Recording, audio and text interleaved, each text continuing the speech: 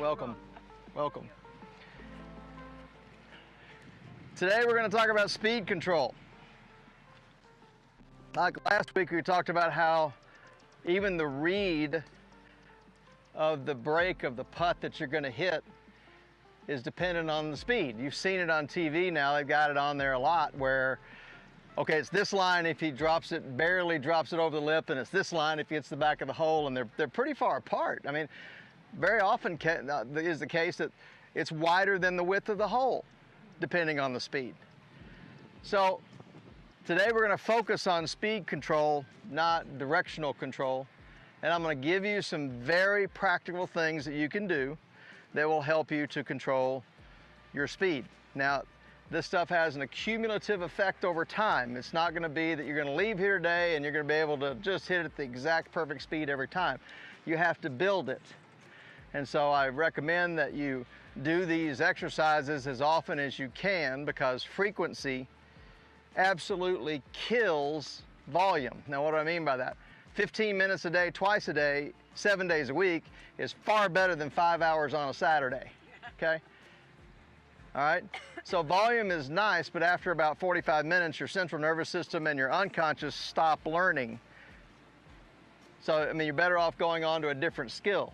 Go to a different skill, right? Than standing there for hours and hours on end doing these exercises that we're going to talk about. So your hands know where the putter face is, right? So aiming the putter face at address is important to a point, but if you focus your attention out where you want the ball to end up, you have a much better chance of your hands directing the putter face in that direction than staring at it at address and not knowing where you want it to go. All right? So a lot of this today is assuming that your hands already have a good idea of where the putter face is, and now we're just going to control your speed. Who likes playing catch? All right.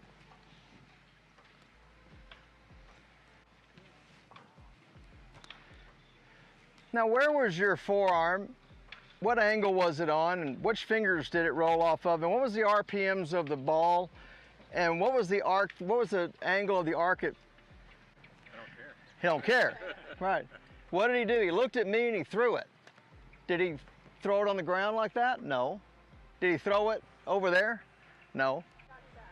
You all have touch. You all have feel. We're all wired for this. What we have to do is we have to calibrate and refine this. There are pretty much just two factors in putting. You know, there's distance, there's direction. Drills like this, you know, as monotonous and as kind of silly as they may seem, are just kind of help prove the point that we all have the ability to do this. This is borderline wired into our subconscious. This is something that something everyone can do. This helps prove that we all got this. It is one of the most important key factors of putting is distance. So here's the lesson. Here's the clinic. Ready? Here's the punchline. Great putters are made. They're not born. No one comes out of the womb and makes a 30-footer. You give a putter to a toddler whose arms are still like this, they cannot make a 1-foot putt. So great putters are made. That's an important point for you to understand in the context of hope. If you've been a terrible putter, who all here has been an absolutely horrific putter? I have. Okay. Unanimous. Everybody's been a terrible putter, okay? But you can learn to be a great putter. Then that leaves open, how do I learn how to do it? You know, what do I need to practice? Distance control, we're going to talk about today. Directional control we talked about last week. Hitting a putt in terms of touch and feel can be similar to what you would feel when you roll it underhanded. Now, you learned more from the first two than you did the last three. Why is that? Because the first two were short. And then the third one was a little hard, and then, okay, now I know the margin, so I'm gonna fit it right between those two. This is how we learn distance control, is by being wrong. By knowing what bad is, then you can not do that. I know that sounds backwards, but that's how your unconscious learns this. It learns in margins. This is too much, this is not enough, I'm gonna do it this amount. All right? Make sense? Now, when you were throwing those golf balls, not one time did I see you go like this and look at your hand. Why is that? I knew where the hand was at. You knew where your hand was at, and you knew where you were trying to stop it. All right? So you knew where this was without looking at it, and then you knew where that was because you were looking at it. So a lot of your distance control development is going to be you looking at the hole or the target or the fringe or wherever you want the ball to end up while you're stroking it. So you can develop this sense of force and distance.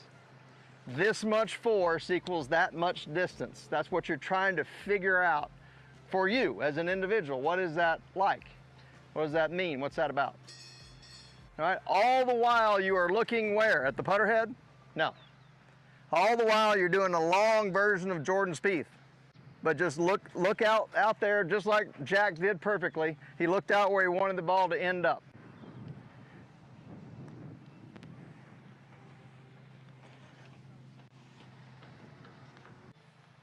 Part of this exercise is going to help you to notice that the very last image you want to have in your mind's eye before the putter starts back is where you want the ball to enter the hole. Dead in the center, right center if it's a right to left breaking putt, right lip, left lip, the back of the hole. The last image you have in your mind's eye to help you calibrate how hard you're going to hit it is where the ball is going to enter the hole. So these exercises you're doing staring at the hole, you're looking at the hole a lot more than you normally do, so that your field can say, aha, I need to hit it this hard to make it go in that part of the hole. Does that make sense? Spend less time looking between your feet and you will be a better putter. Spend more time looking at the part of the hole you want the ball to go in, the leaf of grass that you want the ball to roll over, and you will be a better putter. The last sound you should hear before you make that putt is the sound of the butt. Imagine the sound of the ball going into the hole. Yeah. Visualization. That's what you got, but this makes a lot Yeah. of sense. And a lot of times you'll hit a good shot and it ends up 40 feet from the hole because of the slopes. Yep. When the greens are really fast and the greens are firm, you can hit good shots and have a 50-footer. Right. Right. So it's, out here especially, it's unavoidable. I mean, it's going to happen. It is. And you got to be able to handle, all the roller coaster ride that the ball is going to go on. Yep. Yeah. It's just a matter of reaching into what you're fully capable of and calibrating it, fine-tuning it. This is an exercise. This is what we used to call a drill. This is not how you're going to execute putts on the golf course. This is so that you can learn. Acceleration is not the answer to everything. If I buy into the idea that acceleration is everything, did that ball stop anywhere near the pink frisbee? But I accelerated nicely. But everybody and his brother and his entire family would say that this is a lousy putting stroke. So there's a bias in there that you want to at least look at and say, man, maybe maybe I'm blaming the wrong thing. Maybe I just don't have great touch. And if that's possible, if maybe I don't have great touch is possible, you can work on your touch and improve it. And then what I want you to do is I want you to take an excessively long backstroke and then change the length of your follow-through so the ball will stop close to parallel to your target. And I want you to make long backstrokes and adjust your follow-through until the ball stops at the right place. I want predictable results. And acceleration is just this nefarious, who knows how much I should do it kind of a thing. Well, if it's not something you can calibrate, why would you want to even think about that? Well, developing touch how? Okay, well, developing touch this way. If I change the length of this follow-through, the ball will go different distances, won't it? So is it follow-through then that we should be focusing? Yeah, okay. Again, it's easier to learn to control your distance by controlling the length of your follow-through than it is by some acceleration, who knows. So you're blaming something that you can't, you're chasing a ghost. You can't define it, you can't see it, and there's nothing you can do about it if you're going, if you're blaming a missed putt on deceleration. How many people here have heard use a pendulum? putt like a pendulum. Ideally, you don't want acceleration, you don't want deceleration. Those are not the factors that we're looking for. We are looking to create a consistent and really smooth putting stroke, almost as smooth and as solid as that beeping noise that's right there. So in a putting stroke, we want a nice and smooth pendulum. That motion right there there's no deceleration, there's no acceleration. We're trying to remove that word from our vocabulary, deceleration, acceleration. We don't want that. That's going to help create that consistency in our putting stroke if we remove those words from our vocabulary. Yeah, the pendulum in the context of pace. And again, that's not helpful for everybody. So, but leave yourself open to the fact that it might help. So again, if you can make an excessively long backstroke and change the length of your follow-through, you'll be getting the point of this exercise. Excessively long backstroke and different length follow-throughs, so you can see how that helps to control your distance.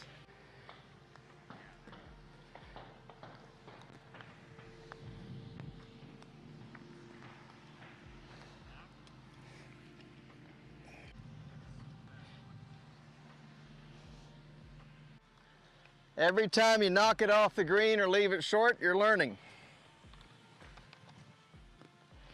It's the only drill in golf where being wrong is good. So if you knock it off the green a few times, what should you do? Slow down. Shorten your backstroke. Shorten your follow-through. Shorten your follow-through is the answer. Because in this exercise, you want to make a long backstroke. And you want to change the length of your follow-through so you start to get a sense of how much force equals how much distance, how much speed. Are we talking about holding putts? No. Are we talking about learning how to control your speed? Yes. Are we talking about club face control and hitting the ball on line? No. Are we talking about controlling your speed? Yes. What you've effectively done in those little exercises is you have, in your unconscious mind, you have calibrated your touch, your feel. It may be loosely calibrated, or it might be really fine-tuned calibrated. So now what you're going to do is you're going to take that touch and feel, and you're going to test it by trying to hit it toward a hole. And you're going to hit 3 putts, and you're going to stare at the hole the whole time, and you're just going to watch and see if you're going to hit it the right speed. You're just observing here. You're not trying to take it back short, not trying to take it back long. You're not aware of your follow-through. You're just observing your speed control. So 3 putts, move to a different length in a different direction. 3 putts, just 3. Staring at the hole and just observing, not judging. Not judging. If you're judging, you're not trusting it. If you're not trusting it, it's going to be hard to do on the course. The judgment-free zone here. Yeah, judgment-free zone. Very good. So at this point in the proceedings, all of you should start to have speed that's pretty close. You know, you're not knocking it way by, you're not leaving it way short. The speed ought to look pretty good whether it goes in or not. You ought to be able to stop the ball pretty much even with the hole or maybe a little past.